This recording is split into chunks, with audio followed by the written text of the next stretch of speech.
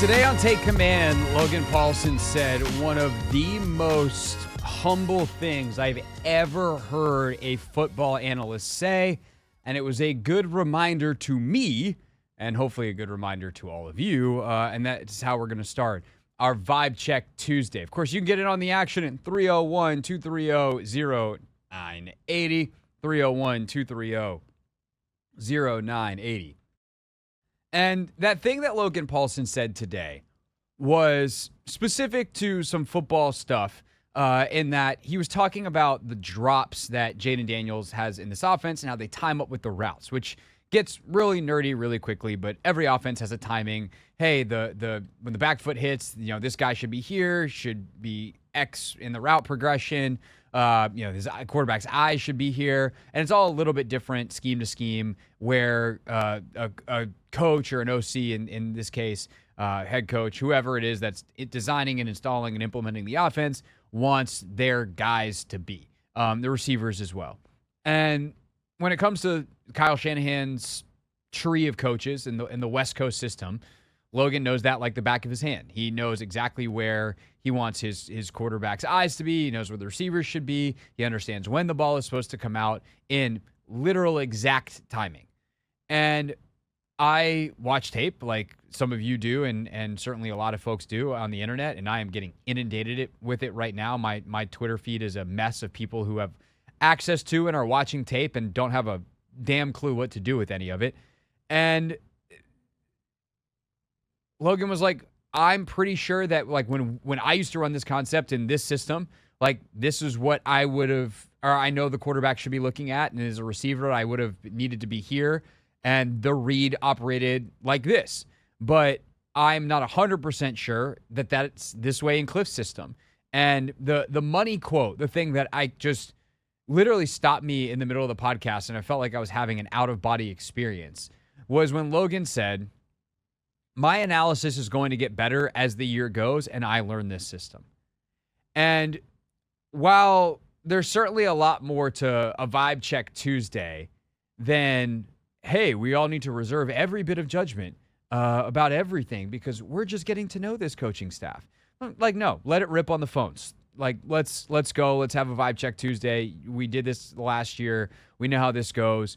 And it really is like an emotional check-in on how we feel about the team. Are we willing to, after a day of like yelling about whatever the hot thing that we felt mad about or happy about on Sunday, like, do we still feel that way with a couple days to sleep on it? Have we felt an inch of optimism return as we look ahead and see the New York Giants next on the schedule? Whatever it is that you feel, again, this is the day where I certainly am not going to tell you how to feel. I hope to never really tell you how to feel. I just sometimes will question why you feel a certain thing and poke and prod and, explore the space a little bit because that's much more interesting than being like, let's go to John. John, rah, rah, rah, rah, rah. Thanks, John. Let's go to Barry. Barry, rah, rah, rah. Like, no, we're going to have a discussion and do the thing that we do. But I would say for me, like my vibe check on this Tuesday is to check myself, to go, okay, there's things that I saw on tape that I like, there's things that I didn't like, but I am checking myself today. My Vibe Check Tuesday check, if you will, is to look myself in the mirror and demand the same humility that my podcast partner has, who has every right to be far more not humble than me because he actually played 10 years in the league. And while I've been covering the league for almost 10 years at this point, I've had a lot of great conversations and done a lot of shows with a lot of smart people and have had the great fortune of working with Logan now for 3 years and have I would say at least I know enough to be dangerous when it comes to watching the tape, and there's a reason I spend the time to do it. I do think that, the more you learn, the more you understand, like, we don't know everything, and it's really important to say this is very likely what happened, but we don't know for sure unless you've done the reporting to make sure.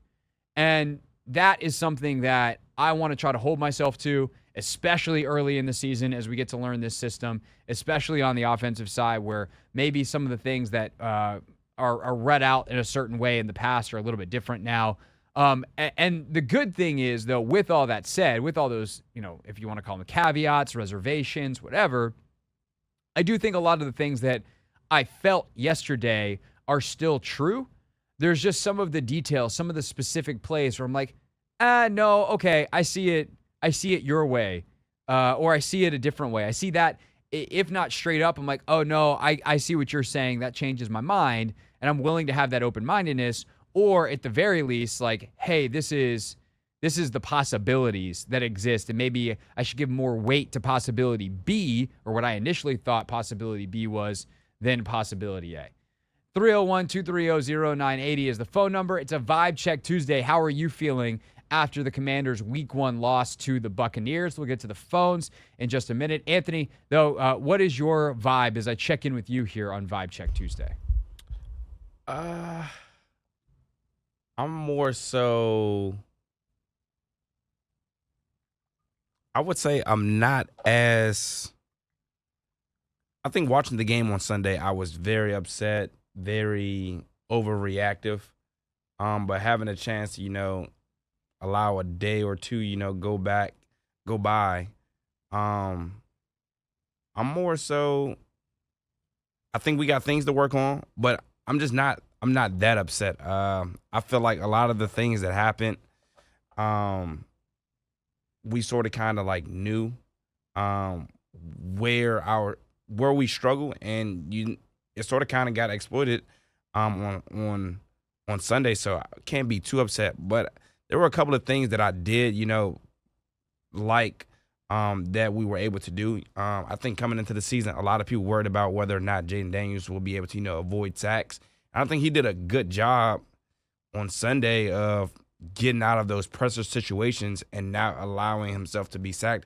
I think last season that was a more frustrating thing with Sam. He just always ended up getting sacked. He couldn't, escape and things of that nature. So that was one thing. I think the run defense. Real quick on that point, I would say not only is it the ability to escape, it's not inviting pressure. Like, he got the ball out quick. He was able to consistently make a decision to say, okay, I got to get the ball out now, or I got to run, or I got to fade in the pocket. And actually, sometimes he probably moved a little too quickly off of stuff where you got to be a little more willing to take a hit, even if it's not a sack. But like the first scramble, yesterday when I talked about it, I was like, that first scramble I'm fine with. And Andrew Wiley gets beat fairly quickly, but he really could probably fade a step in the pocket, and he's got Terry McLaurin wide open on a crosser.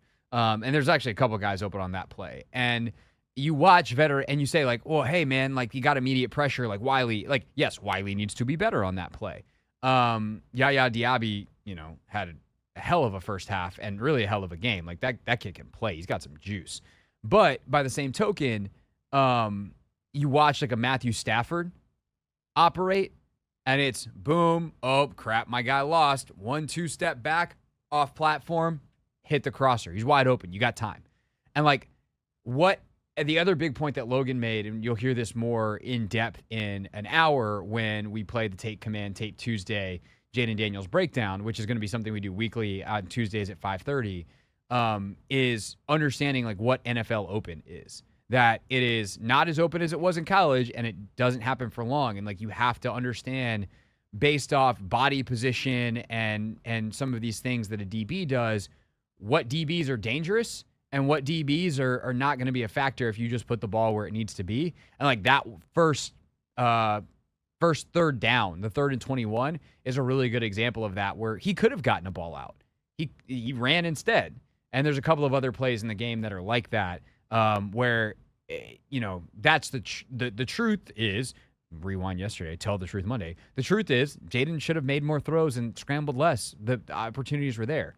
The second part of that truth, though, is scrambling's a lot better than taking a sack. And we see the benefit of him scrambling compared to what we saw with the offense, as you mentioned, last year. Yeah, so I think that's one thing. And me even mentioning, that about Jaden, I think, before, coming into the season, I personally just felt we weren't, going to make the playoffs, and that this season was more so just going to be focused on the progression of Jaden Daniels. Now, if Emmanuel Forbes hit, that's a plus. If Brandon Coleman hits, that's a plus. But the overarching theme is more so Jaden Daniels' growth and development. And I think I saw what I needed to like necessarily see. You know, he's going to learn from this game, but as long as he continues to improve, I think that's really all that matters. And then another thing that I really liked from the game that I was happy about was the run defense. I don't think that got enough credit because I think they did have 2 big running plays. I think Bucky ran for like 23, and then Bucky Irving averaged like 7 a carry. Yeah, but limited carries, but like he had a good day. But yeah, they did a pretty decent job on Rachaad White. I think the problem with the running defense. Sorry, I'll let you finish here. But like basically is when they needed to stop late, they couldn't get one. That was the problem. Yep. So the problem. The bad taste in your mouth.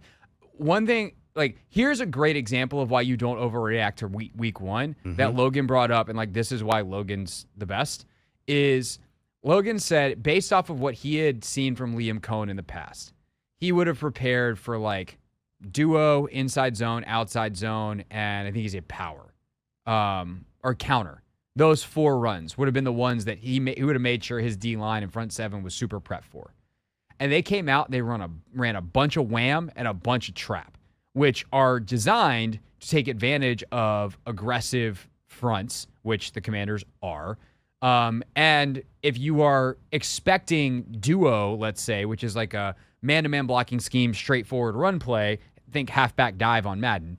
If you're expecting duo and you're the 3 technique, you're John Allen, and you get quick penetration, you're like, yeah, I'm about to make a tackle for loss. And then you have either a trap or a wham, which means the guard from the other side, as you about to go take that step to go make your tackle for loss, you're getting smashed in the face by a pulling guard. And that's what they did on some of those big runs. And so that's why coaching, like when we talk about NFL football and the game planning, all that kind of stuff, like good luck in week 1 with any of that stuff. It's a giant guessing game. Now, if whoever Tampa plays in week 2 is probably going to prep a little bit of trap and a little bit of wham and be like, hey, be on the lookout for this. This is how we're going to play this. This is how we're going to pass this stuff off. You know, hey, Bobby Wagner or whoever their Tampa's week 2 opponent, middle linebacker is. If you gotta be alert, and if you see that our guy get whammed, you got to cover for him. Or however it is that the defense is going to play that. And so those are the kinds of things where you're like, man, sometimes you just get got because the other coach does something that is smart and that you wouldn't expect from them because it's not kind of in the identity that you imagine for them. And when it's week 1, you don't even know what that identity is. So it's a giant guessing game. So that's a good like humility reminder of week 1 and why we don't read too much into it and why we should definitely wait to draw any grand conclusions on this team moving forward. Hey, this is DA, and you're listening to The Hoffman Show on the Team 980 and the Odyssey app.